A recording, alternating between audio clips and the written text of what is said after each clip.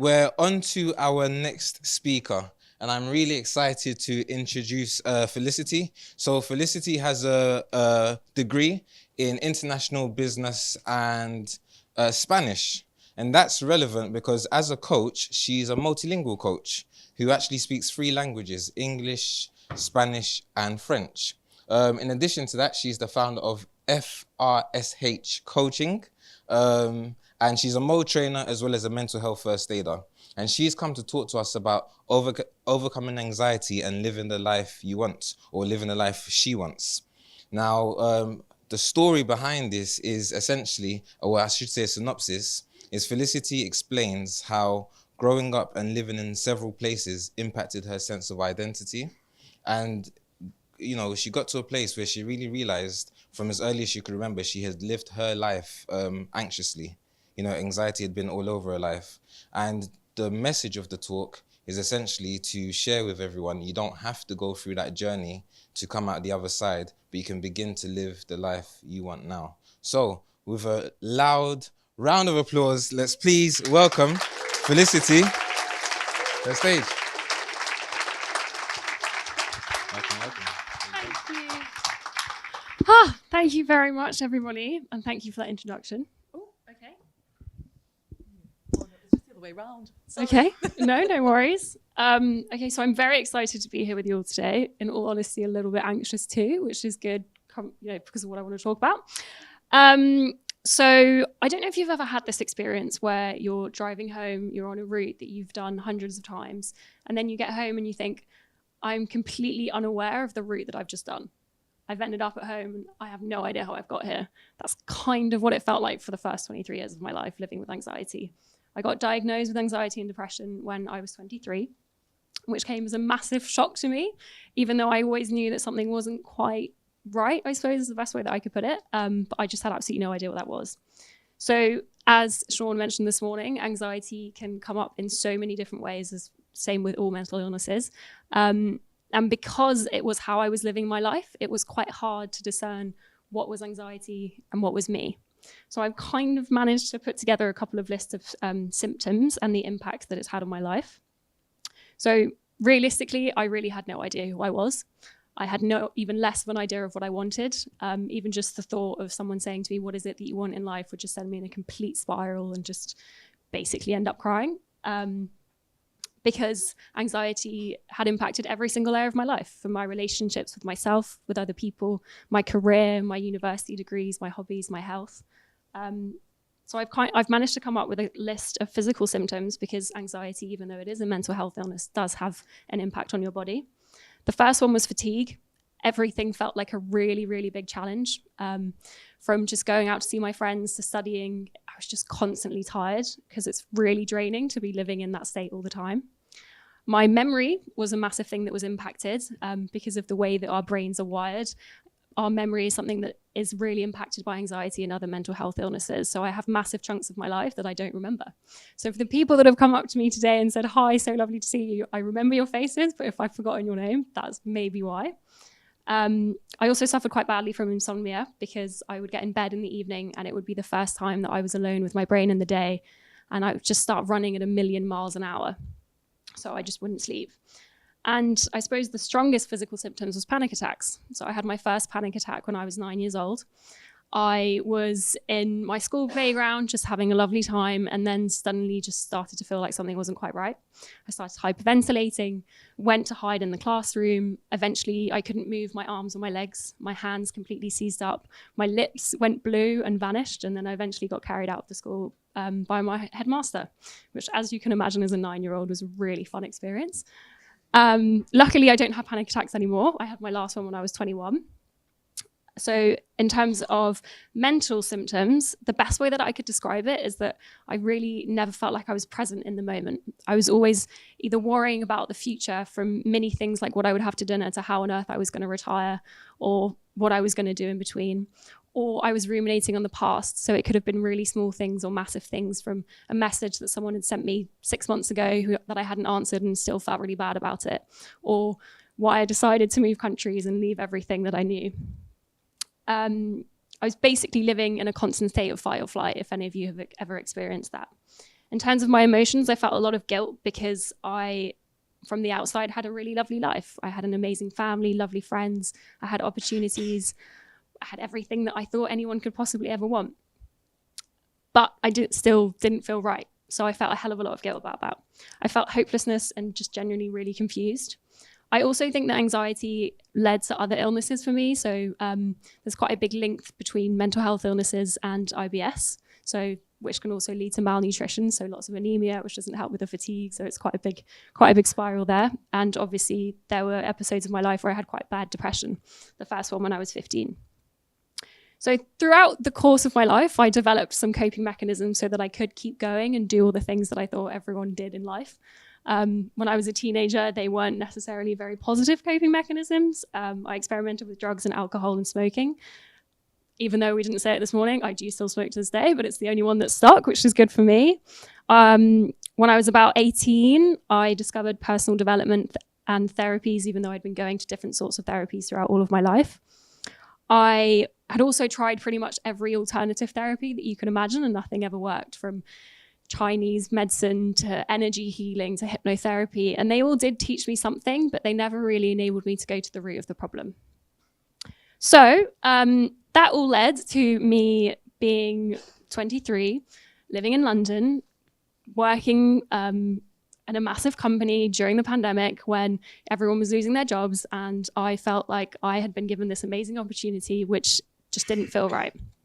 I kept going for about a year, but everything just seemed to be slowly getting worse.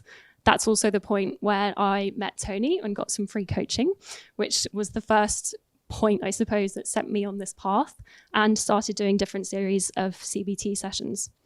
So when eventually that rock bottom moment came, I'd just come out of a meeting, just been yelled at by my boss, so pretty much a similar experience to Flo, and just thought there has to be more in life than this. This can't be how I'm going to live the rest of my life until I die. So I decided to stop. I basically just made the decision that I was going to stop doing things that I didn't want to do anymore. I was going to stop forcing myself to live someone else's dreams. I say that like it's an easy thing to do. It was the hardest thing that I've ever had to do, but also felt like the most authentic. From that point of, getting out of bed in the morning and feeling like brushing my teeth was a really big deal, I moved back home to France. I quit my job, left my life in London, left my boyfriend, all of my friends, all in the space of about a month. So it was quite a big transition, and just basically got home and had a very basic routine for about a month. I would sleep, eat, walk, and then do it all over again. Occasionally I would watch a romantic comedy, sing love songs to myself to try and make myself feel better, or painting and knitting was also quite a nice thing that I like to do. Basically anything that made my heart rate go up was just completely out of the window. Eventually, once I got a little bit stronger, I started to put in place the CBT tricks and tools that I had learned. So I learned to stop people pleasing. I learned to start saying no.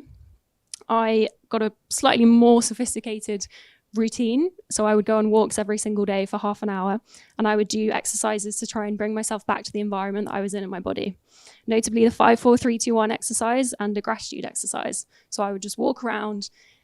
No matter how many times my brain drifted, I'd force myself to come back and say 5 things that I could see, 4 things that I could physically feel, 3 things that I could hear, 2 things that I could smell, and 1 thing that I could taste.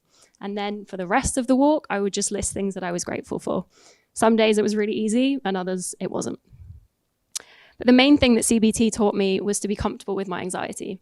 Anxiety is a normal feeling that we all feel and is there for a reason. It just becomes a problem when you're living in it the whole time. So after about, I'd say 6 months, maybe 8, my autopilot mode changed from something of anxiety to one that was just more calm and more present. I kind of managed to train my brain to believe that not only was it possible to live an amazing life, but that I was going to live an amazing life, and that I was the one who got to create it. Even if I didn't know how I was going to do it or what it looked like, I knew that I could. Someone told me this interesting, helpful story that I like to visualize in the moments of anxiety, where I don't know if you've ever seen a field of cows, how they all seem to walk along the same route, and that route just gets further and further and further indented in the ground, and it's the easiest path for them to walk on. That's how I was kind of imagining the connections in my brain that were anxiety. So for the cows, it would be quite a hard thing to do for them to change course and walk off path, because they've been walking this way their whole life. But if they did it, and they did it again and again and again, then eventually that path would be their normal. That's kind of how I visualized what I did with my brain. I began to build a really strong relationships with myself, which eventually led to the universe giving me gifts. Through conscious mini decisions, I began to trust myself. I began to learn to listen to my gut and act on it. I experienced new feelings that I'd never felt before. When you're living in an anxious state, it doesn't leave much room for other things. So anger, for example, was something that I probably never felt before. So discovering it was quite a big thing. Okay, yeah. I learned what was anxiety and what I was without it. I began to trust who I was. I began to build really strong values, self-love, and beliefs that served me instead of working against me. And once I'd really made that decision to align myself with me, I discovered amazing gifts that came in the form of people, opportunities, experiences, lessons. That's how I discovered coaching and MOE. I obviously now have founded my own company, which is quite surreal to say, and I get the privilege of training people, a couple of you who are here today, which just genuinely brings me more joy than I ever thought would be possible. Also through MOE, I met an amazing community of people who each and every one of you have changed my life in just a bigger way than I could ever explain. The number of hours that you've gifted just talking with me and teaching me and sharing your wisdom. Sorry. Oh, and it's also enabled me to be here today. So thank you, MOE. So one of the things that Sean mentioned this morning was that it's really important to learn to ask for help. I had no problem asking for help. It was just that I had problems really putting it in place. So I'd like to ask you all for help for 30 seconds. Jane, if you wouldn't mind timing it. I'd love for us all to just close our eyes and just start listing things that we're grateful for. So this is going to help me feel a little bit calmer, but also hopefully help you be present in the moment.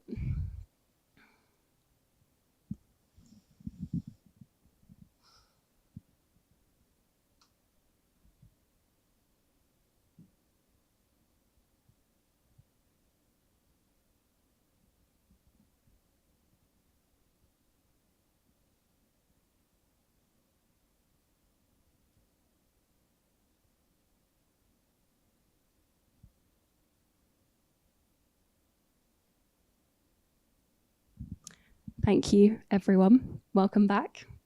I'm going to leave you today with a quote that actually came from Kung Fu Panda, which really helps me. So it's that, yesterday is history, tomorrow is a mystery, today is a gift, and that is why they call it a present. So thank you very much.